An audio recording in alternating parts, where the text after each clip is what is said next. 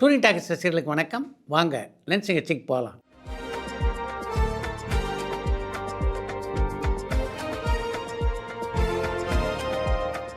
என்னப்பா முதல் கேள்வி? அகண்டா 2 படத்துடைய தோல்விக்கு என்ன காரணம்னு மதுரையிலேருந்து சிவா கேட்டிருக்காங்க. பொதுவாக அகண்டா 2 படத்தினுடைய தோல்விக்கு என்ன காரணம் அப்படின்னு கேட்டிருக்கீங்க. அகண்டா 2 திரைப்படத்தை பொறுத்த வரைக்கும் அந்த படத்தை தோல்வி படம் அப்படின்னு சொல்ல முடியாது. அந்த படம் எந்த மொழியில் எடுக்கப்பட்டதோ அந்த தெலுங்கு மொழியில் மிக பிரமாதமான வெற்றியை அந்த படம் அடைந்திருக்கிறது. தமிழ் அந்த படம் வெற்றி பெறல, அவ்வளோதான். தமிழை பொறுத்த வரைக்கும் அது ஒரு மொழி மாற்ற படம். இங்கே அந்த படத்தினுடைய கதாநாயகனான பாலகிருஷ்ணாவுக்கு அந்த அளவுக்கு வரவேற்பு இருக்குது அப்படின்னு சொல்ல முடியாது. அதன் காரணமாக தான் இங்கே அந்த படம் மிகப்பெரிய வெற்றியை குவிக்கவில்லை. லைக்கா நிறுவனம் எந்த காலகட்டத்திலேருந்து சறுக்க தொடங்குச்சின்னு ராமேஸ்வரத்துலேருந்து பல்லவி கேட்டிருக்காங்க. லைக்கா புரொடக்ஷன்ஸ் நிறுவனத்துக்கு 2023ஆம் ஆண்டிலிருந்து தான் சரிவு ஆரம்பித்தது அப்படின்னு சொல்லலாம். ஏன்னா அப்போ தான் சந்திரமுகி 2, லால் சலாம், இந்தியன் 2, வேட்டையன், விடாமுயற்சி போன்ற பல படங்கள் அவர்கள் தயாரிப்பிலே வெளியாகின. பாபி சிம்மா நல்ல நடிகர், ஆனால் அவரை இப்போ எந்த படங்களையும் பார்க்க முடியறது இல்லையா, அதற்கு காரணம் என்னன்னு தேனியிலேருந்து அருண் கேட்டிருக்காங்க.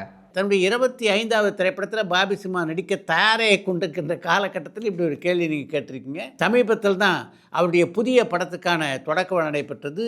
மகர் யார்மதி இயக்குகின்ற புதிய படத்தில் பாபி சிம்மா நடிக்க இருக்கிறார். மிக விரைவிலே அந்த படத்தினுடைய படப்பிடிப்பு தொடங்கி இருக்கிறது. படையப்பா படம் ரிலீஸ் ஆகிறப்போ டிஆர் அவருடைய மோனிசா அண்ட் மோனாலிசா படத்தை ரிலீஸ் பண்ணியிருந்தார். இப்போ படையப்பா ரீரிலீஸ் ஆயிருக்கு. அதனால டிஆர் அவருடைய மோனிசா அண்ட் மோனாலிசா படத்தை ரீரிலீஸ் பண்ண வாய்ப்பு இருக்கான்னு கண்ணன் திருச்சியிலேருந்து கேட்டிருக்காங்க.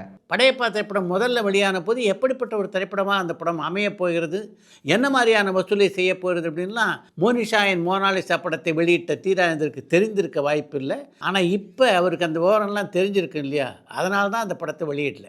ஏபி நாகராஜன் டைரக்ட் பண்ண கடைசி படம் இது. அவரை பற்றி ஏதாவது ஷேர் பண்ண முடியுமான்னு திருமுல்லை வாயிலிருந்து சுந்தரவர்தன் கேட்டிருக்காங்க. அருட்செல்வர் ஏபி நாகராஜன் இயக்கிய கடைசி திரைப்படமாக நவரத்னம் திரைப்படம் அமைந்தது. அவரை பல சமயம் படப்பிடிப்பில் பார்க்கக்கூடிய வாய்ப்பு எனக்கு கிடைத்திருக்கிறது.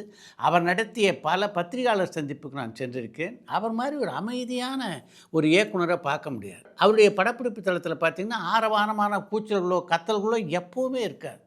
அப்படி ஒரு அமைதி இருக்கும். நடிகர்களுக்கு தான் சொல்லக்கூடிய ஒரு இன்ஸ்ட்ரக்ஷனை கூட பார்த்திங்கன்னா அவ்வளோ பக்குவமாக அமைதியாக அவர்களை பக்கத்தில் அழைத்து சொல்வார் ஏபி நாகராஜன். மிகவும் சாந்தமான முகத்தோற்றம் அமையப்பெற்ற ஒரு இயக்குனர் அவர். எனக்கு தெரிஞ்சு அவர் கோபப்பட்டு நான் பார்க்கவே இல்லை. நடிகர் விஜய் நடித்து வெளியான கடைசி 5 படங்களில் எந்த படம் அதிக வசூலை குவிச்சுதுன்னு சங்கர் மேடவாக்கத்திலேருந்து கேட்டிருக்காங்க. விஜய் நடித்து கடைசியாக வெளியான 5 திரைப்படங்களில் மிகப்பெரிய வசூலை குவித்த படம்னா அது லோகேஷ் கனகராஜன் இயக்கத்திலே வந்த லியோ திரைப்படம் தான். அமீருடைய சந்தனத்தேவன் படம் இப்போ என்ன ஸ்டேஜில் இருக்குன்னு அபுதாபியிலேருந்து மணிகண்டன் கேட்டிருக்காங்க. சந்தனத்தேவன் திரைப்படம் வெள்ளித்திரையை சந்திப்பதற்கான வேலைகள் இன்னும் பூரணமாக முடிவடையவில்லை. நடிகர் அஜித்துக்கும் உங்களுக்குமான முதல் சந்திப்பு எங்கே எப்போது நிகழ்ந்ததுன்னு கேசவன் கோயம்புத்தூர்லேருந்து கேட்டிருக்காங்க. பவித்ரா திரைப்படத்தினுடைய படப்பிடிப்பின் போது தான் அஜித்தை முதலாக நான் சந்தித்தேன். அவரோடு நெருங்கி பழகக்கூடிய வாய்ப்பு எனக்கு கிடைத்ததுன்னா அது என்னுடைய இனிய நண்பர்களான LMM மூவிமேக்கர்ஸ் தயாரித்த உன்னிடத்தில் என்னை கொடுத்தேன் படத்தினுடைய படப்பிடிப்பின் போது தான். அதற்கு பின்னாலே பல சந்தர்ப்பங்களில் அவரோடு நெருங்கி பழகவும் பேசவும் எனக்கு வாய்ப்புகள் அமைந்திருக்கின்றன. 90 காலகட்டத்தோட டாப் 5 ஹீரோயின்ஸ் யாருன்னு சிவா கனடாலேருந்து கேட்டிருக்காங்க. 90களில் முதலிடத்தில் இருந்த 5 கதாநாயகர்கள் அப்படின்னா குஷ்பு, மீனா, சிம்ரன், நக்மா, சௌந்தர்யா ஆகியோரை சொல்லலாம். விஜய் இப்போ ஃபேமிலியை விட்டு விலகி இருக்கிறது தேர்தல் அவருக்கு ஏதாவது பாதிப்பை ஏற்படுத்துமான்னு கொழும்பு நகர்லேருந்து அதியன் கேட்டிருக்காங்க. அது போன்ற விஷயங்களை விமர்சித்து தேர்தல் பிரச்சார கூட்டங்களில் ஒரு சிலர் பேசக்கூடும். ஆனால் மிகப்பெரிய பாதிப்பு அதனால் விஜய்க்கு ஏற்படும் என்று நான் நினைக்கல. ஓடிடி நிறுவனம் பல கோடி கொடுத்து ஒரு படத்தை வாங்குறாங்க. ஆனால் அந்த படம் ஓடிடியில் ரிலீஸ் ஆனதுமே டெலகிராமில் நம்மளால் டவுன்லோட் பண்ணிக்க முடியுது. இப்படி இருக்கப்போ இந்த படம் ஓடிடிக்கு ப்ராஃபிட் இல்லையே, எப்படி அவங்க ப்ராஃபிட் பார்க்குறாங்கன்னு கோவில் புறையோர்லேருந்து பிரபாகரன் கேட்டிருக்காங்க. ஓடிடி நிறுவனங்கள் எப்படி இயங்குகின்றன அப்படின்னா சந்தாதாரர்கள் கட்டுகின்ற பணத்தால் தான் இயங்குகின்ற. நீங்கள் சொல்கிற மாதிரி சாதாரண தொகையில் சந்தாதாரர்கள் கட்டுகின்ற தொகை மிகப்பெரிய தொகை அவர்களுக்கு அதன் மூலம் கிடைக்கிறது. அதன் காரணமாக தான் அவ்வளோ பெரிய நிறுவனத்தை அவங்களால் நடத்த முடியுது. எலெக்ஷனுக்கு இன்னும் கொஞ்ச நாள் தான் இருக்குது. இந்த நேரத்தில் திமுக அவங்களுடைய கருத்தியல் படமான சிவாஜி சார் நடித்த பராசக்தியை ரீரிலீஸ் பண்ண வாய்ப்பு இருக்கான்னு சேலத்திலேருந்து ஜீவகன் கேட்டிருக்காங்க. சுதா கொங்கரானுடைய இயக்கத்திலும் சிவகார்த்தியினுடைய நடிப்பிலும் வெளிவர இருக்கின்ற பராசக்தியும் பார்த்தீங்கன்னா அரசியல் கருத்துக்கள் நிறைந்த படம் தான். அதனால் பழைய பராசக்தியை வெளியிட வேண்டிய அவசியம் திமுகவுக்கு இல்லை. மணிரத்னம் டைரக்ஷனில் சாய் பல்லவி, விஜய் சேதுபதி சேர்ந்து ஒரு படம் பண்ண போகிறதா தகவல் வருது. இது உண்மை தகவலான்னு சிவநேசன் மலேசியாவிலேருந்து கேட்டிருக்காங்க.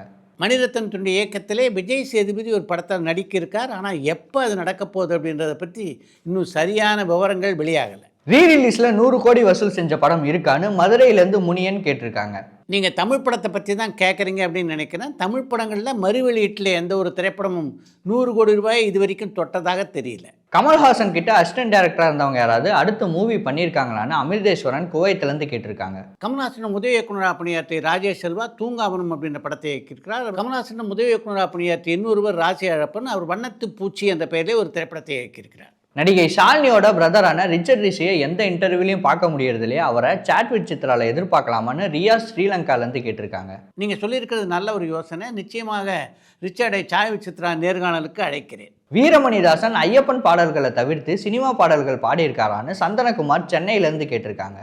வீரமணிதாசன் ஐயப்பன் பாடல்கள் தவிர ஒரு சில சினிமா பாடல்களையும் பாடியிருக்கிறார். ஆண்ட்ரியா நடித்த கடல் கன்னி படம் எப்போ ரிலீஸ் ஆகும்னு புதுச்சேரியிலேருந்து தமிழன் கேட்டிருக்காங்க. ஆண்ட்ரியா நடித்த கடல் கன்னியை திரைக்கு கொண்டு வர முயற்சி இப்போ தான் ஆரம்பித்திருக்கிறது. மிக விரைவிலேயே அந்த படம் வெளியாக வாய்ப்புகள் இருக்கின்றன. சினிமாவோட சிஎம் ரஜினியா கமலான்னு சந்தனகுமார் சென்னையிலேருந்து கேட்டிருக்காங்க. தமிழ் சினிமாவை பொறுத்த வரைக்கும் அவங்க 2 பேருமே சிஎம் தான். இந்த வருஷத்தில் மே மாதம் தான் ரெட்ரோ, 11, மாமன், டூரிஸ்ட் ஃபேமிலின்னு நிறைய நல்ல படங்கள் வந்திருக்கு. அப்போது இந்த வருஷத்தோட வின்னர் மே மாதம் தானான்னு ஈஸ்வரி ஒசூர்லேருந்து கேட்டிருக்காங்க. நீங்கள் சொல்லியிருக்கின்ற கணக்குப்படி பார்க்கும்போது இந்த வருஷம் மே மாதம் தான் வின்னர் மாதமாக எனக்கும் தெரியுது. இந்த டிசம்பர் தமிழில் சொல்லிக்கொள்ளும் அளவுக்கு எந்த படமும் ரிலீஸ் ஆகலையே, அதற்கு காரணம் என்னன்னு தேனியிலேருந்து ரியாஸ் கேட்டிருக்காங்க. சொல்லிக் கொள்கின்ற விதத்திலே ஒரு சில படங்கள் வெளியாக இருந்தன. அந்த படத்தினுடைய வெளியீடெல்லாம் தள்ளி போய்விட்டன. அதனால தான் இப்படி குறைபட்டு கொள்ள வேண்டிய ஒரு சூழ்நிலை உங்களுக்கு ஏற்பட்டிருக்கு.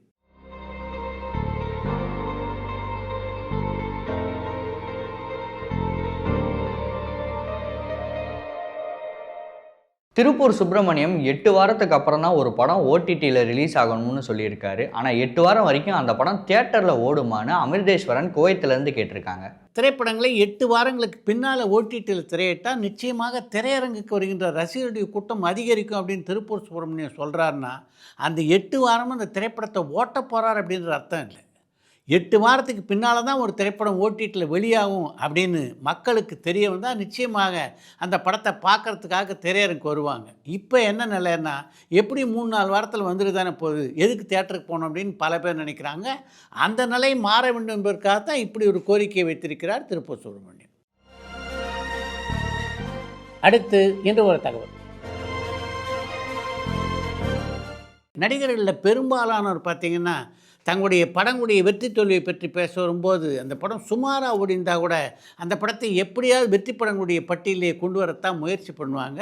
தங்களுடைய தோல்வி படங்களை அவ்வளவு எளிதிலே ஒப்புக்கொள்ள மாட்டார். அதற்கு மாறாக நான் பார்த்த 2 நடிகர்களை பற்றி தான் இன்றைக்கு உங்களோடு பகிர்ந்து கொள்ள வேண்டும் என்று இருக்கிறேன். அதில் ஒரு நடிகர் தெலுங்கு நடிகர் கிருஷ்ணா. அவருடைய ஒரு படம் தோல்வின்னா அதை முதல்ல அறிவிக்கக்கூடியவர் அவர் தான். அந்த அளவுக்கு தன்னுடைய திரைப்படங்களுடைய வெற்றி தோல்வியை பற்றி எந்த சமரசமும் இல்லாமல் பேசுவார்.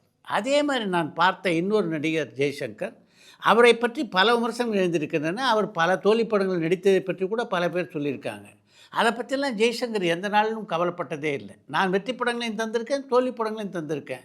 என்னுடைய ஒரு சில திரைப்படங்கள் தோல்வி என்று விமர்சிக்கிறவர்களுக்கு நான் ஒரே ஒரு பதில் தான் சொல்ல விரும்புகிறேன். என்னுடைய படங்கள் வெற்றி அடைகிறதா தோல்வி அடைகிறதா என்பதை விட அந்த படத்திலே பணியாற்றுவதன் மூலம் எத்தனை பயனாளிகள் அதில் லாபம் பெறுகிறார் அப்படின்னு தான் நான் பார்ப்பேன். ஒரு படத்தில் நான் நடித்தேன்னா அந்த படத்தில் நான் நடிக்கிறது மூலம் எத்தனை குடும்பங்களுக்கு பிழைப்பு நடக்கிறது, எத்தனை பேர் வயிறார சாப்பிட்றாங்க, அதை தான் நான் பார்ப்பேன். அதனால் என்னுடைய தோல்வி படங்களை பற்றி என் வாழ்விலே நான் வருத்தப்பட்டதே இல்லை என்று ஒரு பத்திரிகை பேட்டியிலே பதிவு செய்திருக்கிறார் மக்கள் கலைஞர் ஜெய்சங்கர்.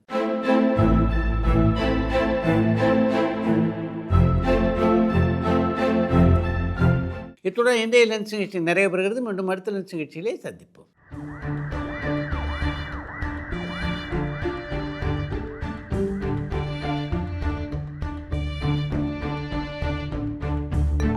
பரபரப்பான சினிமா செய்திகள், நட்சத்திரங்களின் பேட்டிகள், சினிமா வரலாறு ஆகியவற்றை பார்க்கவும் படிக்கவும் உங்களுக்கான இணையதளம் touringtalkies.co.